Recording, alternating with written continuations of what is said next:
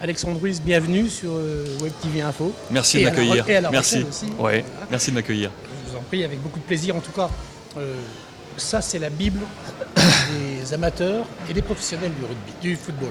Parce que franchement, je viens de le regarder, c'est fantastique. Hein. Il y a l'état sur les stades, les entraîneurs. Je vous laisserai raconter. Hein, et il est fantastique, vraiment. Hein. J'espère que cela deviendra effectivement un produit référent en la matière. C'est un ouvrage et un objet que j'avais déjà lancé en fait il y a 10 ans de ça, en 2006, qui était sorti sur 3 ans, qui avait très bien marché. Pour des raisons familiales, j'ai dû arrêter le produit. Puis voilà, j'avais envie de le relancer. Et en fait, c'est une concordance de temps. J'étais un jour en déplacement sur un match de Ligue des Champions, dans l'avion. Et à mes côtés, comme là aujourd'hui assis, vous et moi, était présent Emmanuel Leroux, qui est le patron de la maison d'édition Talent Sport. Et puis il m'a vu en train de griffonner, on échangeait sur plein de choses. Et puis je lui ai dit, voilà, j'ai envie de relancer ce produit. Il m'a dit, ça tombe bien, moi j'ai une maison d'édition et je suis intéressé par ce type de projet.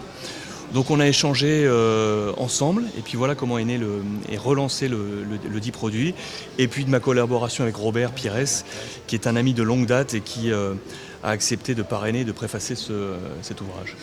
Alors je dis fantastique parce que quand je le montre à la caméra, parce qu'il faut le voir, il faut l'avoir. Pour tous les gens qui aiment le football, c'est vraiment très très très très bien conçu. Déjà ça c'est important. On a le mercato, les départs, les arrivées, on a les stats qui sont sur les joueurs, sur les buts, sur les passes. Enfin vraiment il est en fait, stade. Il y avait 2 objectifs. Quand on commercialise ce type d'objet, la plupart des guides du football sortent avant l'été. Oui. Pour que les gens puissent l'acheter, partir en vacances avec et compagnie. Moi, l'inconvénient que je portais à cette sortie-là, c'est que le guide était non exhaustif, la période de mercato n'étant pas alors terminée. Moi, je préférais sortir ce bouquin pour début septembre avec le mercato clos, oui, pour avoir un effectif complet. Et donc voilà pourquoi on est sorti nous en dernier sur cette scène. Le deuxième axe important, c'était pour avoir un produit de qualité, je me suis associé à Opta Sport Data, qui est aujourd'hui un référent mondial de statistiques, notamment football. L'ensemble des clubs professionnels travaillent avec Opta. Et donc c'est une firme que je connais depuis très longtemps, une collaboration qui a été naturelle. Et donc du coup ils m'ont proposé une batterie de chiffres en fonction des postes. Pour les gardiens, pour les défenseurs, pour les milieux, pour les attaquants, vous avez des chiffres qui sont différents, des statistiques différentes. Et donc ils m'ont proposé une batterie de sujets et qui m'a permis ainsi de monter en un temps assez rapide l'ouvrage.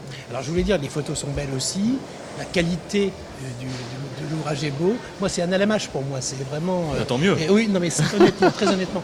Et puis en plus, bon, le choix effectivement, mais pour les fêtes de Noël, c'est vraiment l'objet. Voilà, je le pense vraiment très honnêtement, parce que vraiment c'est de bonne qualité. Alors après le football, je sais que vous avez pris des coups de gueule des fois, notamment sur le match de Marseille à l'OM. Durant l'Euro. Voilà. Oui. Hein, donc il y a des choses, j'ai cru comprendre qu'il y a des choses qui vous dérangent dans le football aussi. En fait, vous n'êtes pas non plus tout oui pour le football. Non, mais en fait pour moi c'est simple, le football c'est un vrai prisme sociétal. Ouais. Pourquoi j'utilise ce terme ? Parce que quand on va ensemble au football, voir un match de foot, c'est ce que je répétais ce midi lors du déjeuner, je disais qu'à peu près toutes les couches sociales, sont présentes. Vous avez des chômeurs, oui, vous avez des patrons d'entreprise qui sont réunis au même endroit et assis côte à côte. Ils payent un billet, ils vont voir le même spectacle. Donc déjà vous touchez beaucoup de monde. Et ensuite, sur la pelouse, sur l'aire de jeu, vous avez à peu près là aussi tous les bienfaits, tous les maux de la société. Vous avez des problèmes de racisme, des problèmes de différence économique, des problèmes de violence, des bienfaits de solidarité, de talent individuel. Tout ça est réuni à peu près sur le prisme du football. Donc il me semble que c'est un prisme intéressant pour à la fois souligner les bienfaits et dénoncer les maux. Et ce qui s'est passé à Marseille durant l'Euro, ce sont des problèmes de société.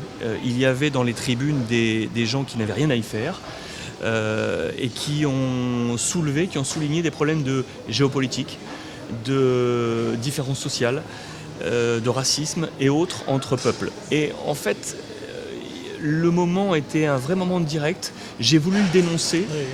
Et ma façon alors était de dire j'arrête l'émission. Parce que pour moi, il n'y avait plus rien à avancer sur ce qui était sportif. Si on voulait garder l'émission en place, il fallait parler politique et géopolitique. Et je pense qu'il y a bien meilleur que moi pour parler de ces secteurs-là, même si la résonance en moi est forte. C'était pas le lieu, c'était pas le lieu. Normalement, dans tous les cas de figure, c'est pas.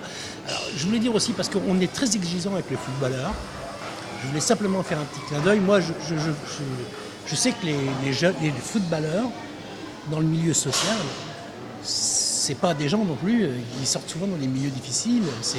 C'est la passion qui emmène ça, et puis après des professionnels qui regardent ça et qui récupèrent c'est vrai. le joueur. Alors, est-ce qu'on peut aujourd'hui être exigeant au point de dire qu'il faudrait presque que les mecs qui aient fait maths sup, maths spé non, c'est spontané quand même. On a des talents qui sont spontanés, mais le milieu, c'est vrai qu'ils sont déracinés. On les enlève de la maison. Ils sont en football à 14-15 ans, ils ne vivent pas comme tous les autres enfants. Donc voilà, quelle est votre position ? Il faut effectivement une cellule d'encadrement très forte, parce que la maturité ne s'acquiert pas forcément à 12-13 ans. C'est pas simple. Il y a des garçons mûrs à cet âge-là, mais c'est pas si simple que ça. On n'est pas mûr parfois à 20 ans, à 25 ans. Donc il faut effectivement des cellules d'encadrement. Certaines surfaces, certains clubs l'ont compris et ont monté ce type d'encadrement, d'autres moins. Et on a effectivement des problématiques qui sont ainsi relayées. Vous avez raison d'ailleurs de le souligner. Maintenant, je rejoins ce que je disais tout à l'heure, ça arrive dans d'autres secteurs. Ça arrive fortement dans le foot parce qu'on prend les enfants très tôt, mais ça arrive dans d'autres secteurs. Il faut être vigilant et il faut savoir trouver les structures. Voilà, parce que même en athlétisme, si ça arrive, c'est vachement mieux encadré. Juste, mais c'est une fédération plus petite, il y a moins d'éléments, le football est une masse, il y a une masse sociale très importante. Donc monter cette structure, c'est plus difficile que dans des fédérations comme celle d'athlétisme. Alors un petit conseil, pas conseil, mais un petit tuyau. Championnat espagnol, qu'est-ce que c'est vrai, non, parce qu'il y a des grosses équipes entre deux. Vous en pensez quoi ? Comment ça Moi j'ai cette double nationalité, donc j'y ai une appétence forte. Moi petit, j'étais plutôt Real Madrid. J'étais plutôt touché par le Real, les années Butragueño et compagnie, Hugo Sanchez et ces joueurs-là. Maintenant, ma famille et mon bassin familial est du côté de Valence, donc c'est aussi une équipe que je porte beaucoup, qui est en difficulté en ce moment, mais c'est une équipe que je porte. Aujourd'hui, on est toujours sur une dualité Real-Barça, même s'il y a eu l'émergence de l'Atlético avec les Français, de Séville avec d'autres Français. Ça fait du bien également de voir le talent national ainsi s'exporter et réussir, et également dans la Liga. Qui pourrait être binational, Griezmann. Oui, qui pourrait être comme Aymeric Laporte, comme ils sont nombreux dans ce même sens. Donc aujourd'hui, je pense qu'une nouvelle fois, le championnat se jouera entre ces deux formations. Je vais dire par mon penchant d'enfant, je vais dire que le Real, cette année, sera champion. On verra. On l'a écouté, attention, c'est pas là. Bon, je voulais vous remercier pour tout. C'est moi qui vous remercie. Vous laisser à vos fans, parce que je vois qu'il y a beaucoup de monde. Tant mieux. En tout cas, ça me fait super plaisir de vous avoir rencontré.